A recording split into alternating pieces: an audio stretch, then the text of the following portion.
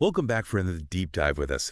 This time we're going to be looking at the Stanberry family memoir, It's Never Too Late Sometimes. Yeah. So we're going to try to pick out some of the most interesting pieces of this book for you today Yeah. and really just give you a taste, to pique your interest. Right. So are you ready to jump into this one? Absolutely. This book is just full of insights, and it's not just a feel-good story. Right. It's about how a family's response to a medical crisis actually ignited this passion for learning. Yeah. That led them to some really, really impressive I mean, accomplishments. 7 University of London degrees between all of them. Yeah. It's amazing. It's incredible. So we're going back in time to May 2003, and the story actually starts with Yvonne. Right. Hearing a voice that no one else can hear.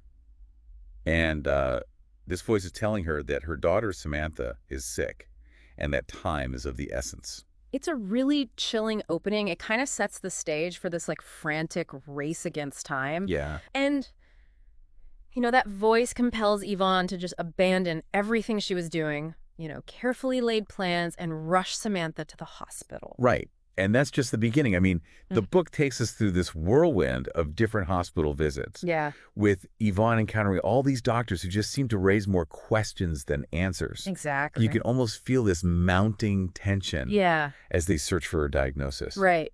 But what I thought was really interesting is how the book portrays Yvonne during this, crazy stressful time. Right. Instead of panicking, Yeah. She really focuses on gathering information Right. and just trying to understand the situation. Yes. You know what I mean? Yeah. And she's actively researching and taking notes, asking tons of questions. And I think that really highlights how knowledge can be empowering. Oh, absolutely. Even in those situations where you're facing something completely unknown. Yeah, for sure. There's one point where a doctor at the first hospital even tells Yvonne, he says, "We think it's cancer. You should go to Sick Kids Hospital now and don't stop." Wow. Imagine hearing that. Oh, I can't even imagine. Yeah. And yet she remains, just so composed. She's determined to find the best care for Samantha. Right. And I think that's a testament to her strength and resilience. Totally. And this is where things get really interesting. At Sick Kids, the family encounters this, wave of medical jargon. Yeah. I mean, you've got CBC, bone marrow aspirate, HLA typing. I mean, it's a lot to take in. Mm-hmm. And I think most people in that situation would just feel totally overwhelmed. Absolutely. But the thing is, the Stanberries, they don't just passively accept the information. They're actively trying to figure it all out. Yeah. You know what I mean? Trying to decipher what it means for Samantha. They're taking notes. The book even includes copies of their notes and medical records, which I think is really interesting. Yeah, for sure. Gives us a glimpse into their journey of understanding. Totally. So what does all of this lead to? Well, the initial fear of leukemia is thankfully dispelled. Right. But the relief is, short-lived. Right. Samantha is diagnosed with aplastic anemia. Right. And for those who aren't familiar with aplastic anemia, it's a really rare and serious condition where the bone marrow, essentially, it doesn't produce enough new blood cells. Right.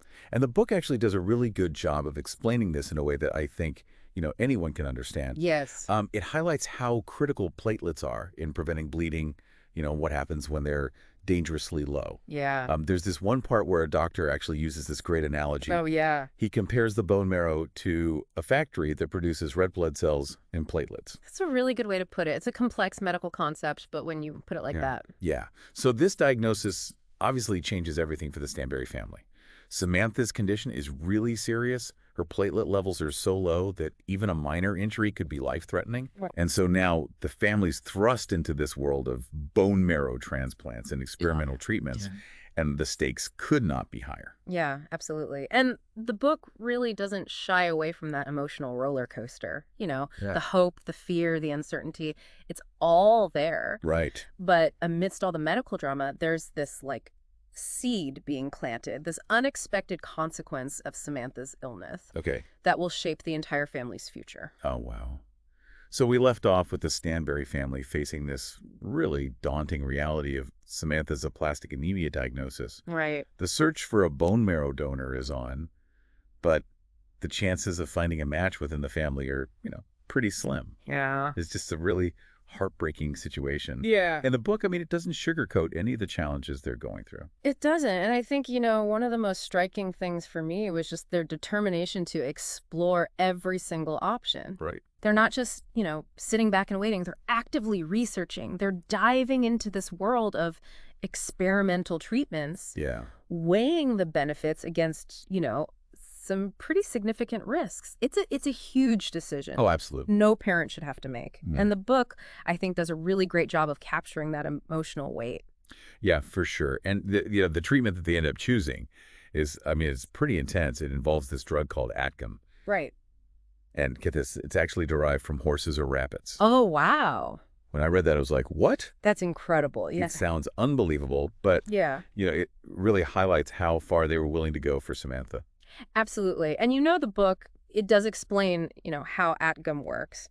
It basically suppresses the immune system. Right. Which is, essentially what's attacking the bone marrow in aplastic anemia. It's a really powerful reminder of how interconnected our bodies are. Yeah. And how sometimes, the solution can come from the most unexpected places. Yeah, absolutely. And the book doesn't just, tell us about the treatment. It actually shows us. Right. There's this incredibly detailed medication calendar that they kept. Yeah. And it's not just, dates and times. It's like full of all their little notes and observations. Yeah. Just little anecdotes. It really shows how all-consuming Samantha's care was. It's like a powerful visual, right? Yeah. It brings that story to life. You can Yeah. almost feel their exhaustion, the worry, but also, just this unwavering love Oh, for sure. that really kind of permeates their routine. Totally. And speaking of, family and those bonds, there's this fascinating detail that I think really speaks volumes about how they faced this challenge. Yeah. Yvonne actually had just become a stay-at-home mom right before Samantha's diagnosis. Wow. It's one of those things that you read and you're like, oh, was that just coincidence? Right. Was it fate? Yeah. And this decision, I mean, made before they even knew about Samantha's illness, it ended up being crucial because it allowed Yvonne to just completely dedicate herself to Samantha's care. Yeah. Right. It's incredible. And it just kind of highlights how life throws these curveballs. It does. And sometimes, even in the midst of these really difficult times, it almost feels like things are aligning, Yeah. guiding us toward a path we might not have chosen, but ultimately we need to take. right. It's a theme that I think runs throughout the whole book. Absolutely. So this brings us to a really pivotal moment in the story. It's years later. Samantha's health has stabilized, but the impact of her illness, it's definitely left its mark on the whole family. Yeah. One day, Clive Anthony, the son, asks this seemingly innocent question about a homeless man they see. Right. And Cleveland, the father, he offers this explanation that, on the surface it might seem a little harsh, Okay.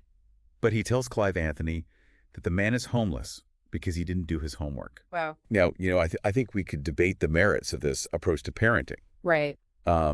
But what's really fascinating is how this big lie, as the book calls it, becomes a catalyst for the children's incredible educational journeys. Right. It plants this seed. Yeah. It connects effort and opportunity. Right. And it really resonates deeply with each of them. It does. And it's not just about fear, right? It's about understanding the power the education has Right. to shape their own destinies. Yeah, exactly. And it's amazing to see how this, seemingly simple statement just sparks this fire within all of them. Right. This drive to excel that propels them to do these really remarkable things. It's amazing. And this is where the book's title, It's Never Too Late, sometimes, really comes into focus. It's not just about Samantha's recovery. Right. It's about the family's realization that even when you face adversity, there's always an opportunity to learn, to grow. To strive for something more. Yeah. So the children, they all go on to pursue these different paths. You've got law, you've got data science, and they each achieve this incredible success. They do. But, it begs the question, how do they manage to pay for university? And the book really details how she navigates financial constraints, a really demanding work schedule.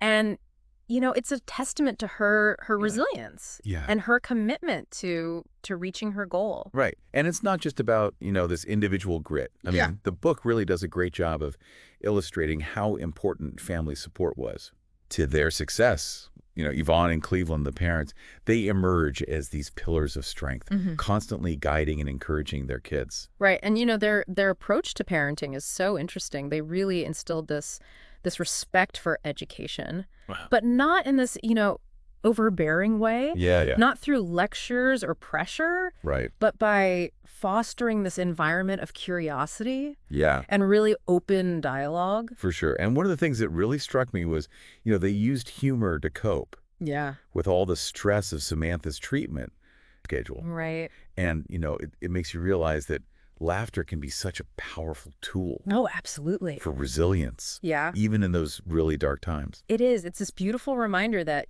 even in the face of adversity, joy and laughter can be these incredible sources of strength. Yeah. And it speaks to the Stanberries, ability to just, find that light in the darkness, to maintain that sense of hope.